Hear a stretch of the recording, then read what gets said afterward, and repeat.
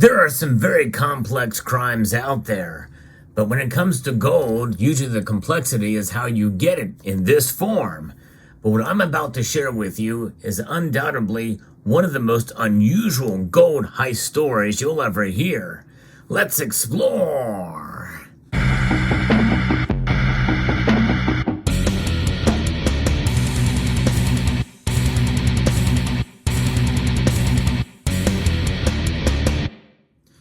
Gold. When we see gold, and we usually view it in this form, but gold comes in various different forms, and we probably remember I shared a story about how gold doré bars fell off of an airplane.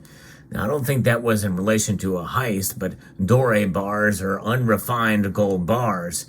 But nonetheless, when we think about stealing gold, most of us like to get it in the pure form. But that's not what happened in this case.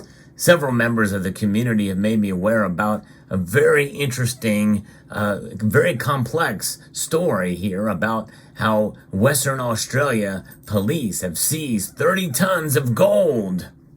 Yeah, not gold itself, but gold-bearing ore. And in a backyard refinery. That's right. That's pretty amazing, and it's been linked to bikies, what are known as bikies. I'll explain what that is here in a moment, but we've heard about all kinds of stories about people stealing gold. In fact, I've done a lot of videos about this topic. I have a whole playlist of those if you're interested in checking them out under the heading Precious Metal Crimes. But you don't hear too often about gold ore being stolen, about how they're going to refine that. And that's exactly what happened here.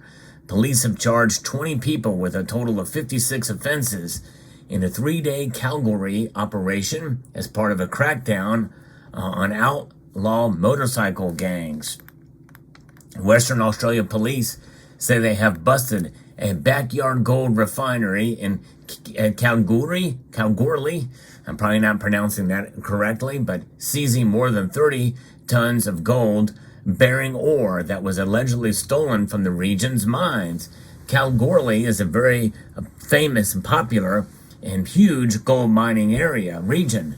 Investors believe the alleged racket was connected with outlaw motorcycle gangs, in other words known as bikies. That's what they call them in Australia. And the gold-bearing ore was stolen with the intention of refining and laundering the gold to gain cash to purchase illicit drugs that would be sold to the community. Now, you think about it, if they're going to actually take the time to refine that gold into bars like this, they're going to probably stamp them with markings like what you see here. You know, it probably would not take a whole lot of effort to actually create stampings that mimic a legitimate gold bar, like such as Valcambi or Pam Suisse.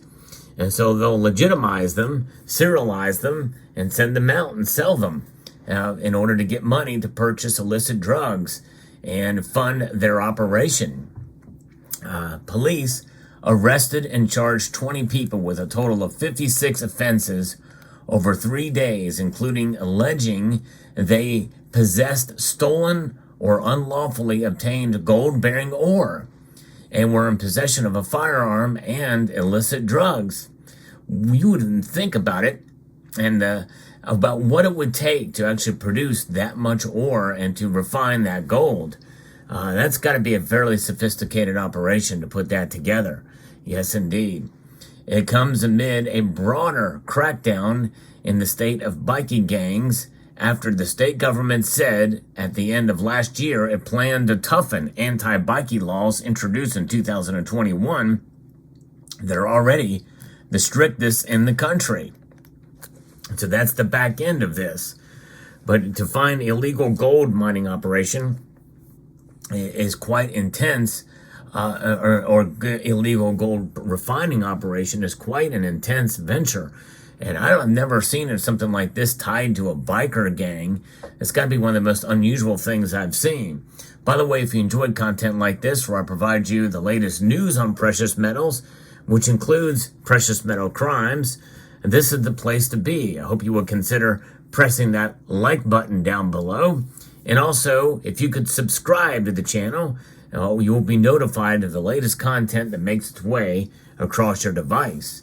So the Department of Water and Environmental Regulation, Chem Center, and the Department of Fire and Emergency Services assisted police due to the dangers of processing gold-bearing ore in residential homes, according to the police, as reported by TheGuardian.com.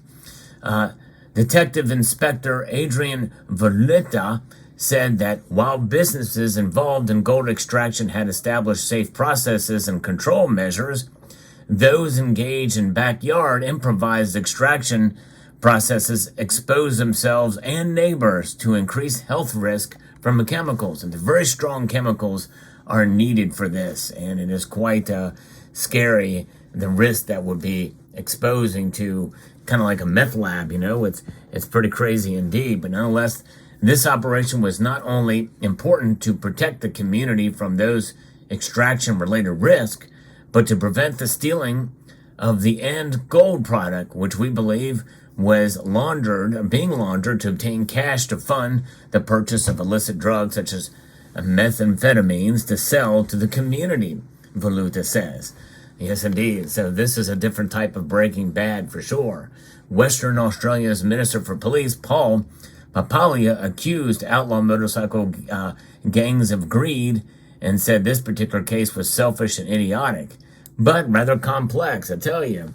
That they're willing to go through this in order to process all of that gold in that manner. And you think about it, how much material is needed to produce just 1 ounce of gold. Here's an example. This is a 1 ounce of gold right here from Australia. This is a 1 ounce gold coin bar for reference here. In order to produce this 1 ounce gold bar, you would need to refine about 20 tons of rock in order to do that. And they had 30 tons seized there. I wonder how much they were able to actually produce during that time. To put it in perspective, although each ounce of gold requires a processing of about 100,000 ounces of ore, there's so much gold deposited in rock veins that this method accounts for more than half of the world's total gold production today. So 100,000 ounces of material to produce 1 ounce of fine, pure gold, indeed. And it makes you wonder how much of that material has already been produced to this date. I don't know, but it'll be very interesting to see a follow-up to this story. The article continues, we're committed to disrupting and dismantling outlaw motorcycle gang activity across Western Australia. That's why the government introduced the toughest bikie laws in the country, he said, of the laws which ban bikies from publicly showing their gang colors. Yes, indeed. Well, if they're gold and are gold bars, it may not matter. Now, gold is quite a color to show if you are going to be processing gold, and you put that in your gang colors, gold very well could be it if it's making them a ton of money. But yes, intriguing indeed. That's just it. I think you're going to see more and more gold-related crimes since the price has stayed above $2,000 an ounce. It's going to be much more of a lucrative operation, and they've obviously felt it was worth it to have gold and to process that gold. And so that processing and that time and effort and energy to make it happen, stealing the ore, which hopefully the mine wouldn't miss, but they did miss it apparently, and have that continually coming in. Well, it means a couple of things. Number one, they probably had an inside connection with the mine in order to get that ore out. And how would you get so much ore out so quickly? Well, I think you have to have an inside connection to keep it going. Because 30 tons of ore, depending on the amount of gold in that ore and what the level of processing was for it, but it doesn't say in this story how much processing has occurred of that ore before it gets to these people. But nonetheless, people carrying out these big tubs and the chemicals involved to further refine it does take quite a bit of work. But nonetheless, that is a crazy thing to think about. What an amazing story this is. And I've heard of gold crime stories, but most of it is about intricate ways that a lot of gold has been stolen from like an airport. We talked about that in prior. That's probably the most interesting one that we've seen so far. But this one takes the cake because it basically involves their own mining, their own refining operation, which means they likely have thought to the next level of being able to stamp the gold with legitimate markings that would mimic much what you see here.